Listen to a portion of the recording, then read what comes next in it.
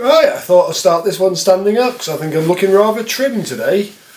It's time to announce that I'm now hit another milestone. I've lost 4.5 stone. This week was a total of £2, which I'm quite relieved about because last week I didn't lose anything, so we're back on track. So as I mentioned last week, I've increased the calories and increased the protein, and I don't think it's made a huge difference because I still lost £2.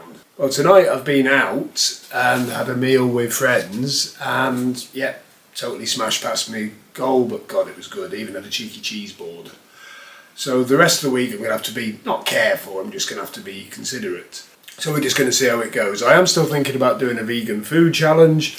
Why not make a comment below to say if you think it's worth it or what you think I should try as a challenge. Ones I've got lined up are vegan week and possibly a credit crunch week. You know, how to stay on a diet and stay within a budget. That'll be tricky and interesting, really. No, but in all seriousness, not everybody can afford to make healthy choices and stay within budget, especially when you're involved with feeding a family. So I'm going to set myself a budget for one person. Obviously, if there was 4 of you, you'd multiply it by 4. So put in the comments what you think would be a sensible budget. I'm thinking about 300 quid would be nice. No, in all seriousness, I know I can do it because I cook most of my stuff from scratch, but I think that would be a really interesting one to do at the moment. So I'm going to wrap it up there for an intro, and I'm going to put a picture up of what I had last night because it was absolutely stunning. It was a sea bass on an Italian style roast potatoes with ratatouille, and it was in my local restaurant. And I think because I don't do it as often these days, it made it seem more special. In the world of vlogging, I should, by the time I've got this one up, have a few interesting videos. I think I'm going to do one called Weight Loss is Easy. So I'm hoping that'll be available by the time you see this one. Right, as I said last week, I'm re-evaluating how I work out my calorie deficit. I used to always work it out as 500 below what my fitness pal recommended. So now I've gone for a 𝐇𝐎𝐒, which I've just gone through one of the online calculators, and they reckon I should have 2100 a day. So based on that, my calorie intake this week led to a deficit of 5007. Not entirely convinced by these numbers, but as I say, it's all about you making your own plan and working it out for yourself. I'm still targeting 1200 a day and allowing myself some more, but to standardise with what everyone else is doing there, I'm going to quote my deficit in relation to a 𝐇𝐎𝐒. Look it up. My fitness pal says 1900. That's based on their assessment of what I need to lose weight. So they reckon I only need a 300 deficit. Most of the industry reckons a 500 deficit. 5,000 deficit is getting on for 800 calories a day deficit, which is quite a lot.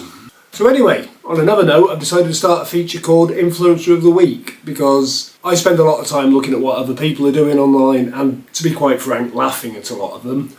But I'm at a point in my journey now where I'm thinking of doing some exercise and maybe some training, so I've been looking at personal trainers. Not because I'm going to splash out on paying some muscle-bound moron to come round and shout at me for half an hour and take 100 quid off me, because that's not, A, I haven't got the budget for that, and B, I don't think I'd enjoy it particularly. So I thought, well, seeing as I'm seeing all these people, I'd start recommending some of them.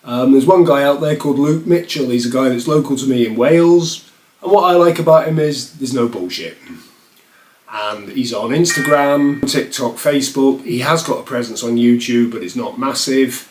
And he does regular lives and engages nicely with people. So I'm going to show a quick clip of one of his videos and put his URLs, etc. in my comments. I urge you to have a look at him. What I like about him, there's no bullshit. And I got the impression that if he doesn't think he can work with you, he's not going to take any money off you either. So, yeah, from what I see so far, I like the sound of him. I've got a few more in mind that I'm going to recommend over the next few weeks, and I'll just tag them onto my videos. Talking of my videos, I'm going to try and make these a lot shorter. Hang on, who said great? That's not good. And focus more on creating new information-based content. So until next week, I will see you soon. Take care of yourselves. Why isn't anybody talking about this when it comes to losing weight? This is one of the main reasons why you're going to be struggling to lose weight, and I'm going to tell you exactly how to overcome it. But Before I tell you, if you don't do so already, drop me a little follow, leave a little like, let me know your thoughts in the comment section, and don't forget to save this for when you need it. And why should you trust me? One, I know how to get into major shape myself, and two, I've helped thousands of other people get into major shape as well. What I'm going to tell you right now is one of the biggest reasons you are struggling to lose weight, and it's not that you're not in a calorie deficit, it's not because you're not hitting your steps, it's actually because you're having a poor night's sleep. And let me explain. When we have a poor night's sleep or lack of sleep, then that's going to impact our appetite and hunger hormones. It's going to make us a lot more hungry and a lot more likely to overindulge in foods that are highly calorific.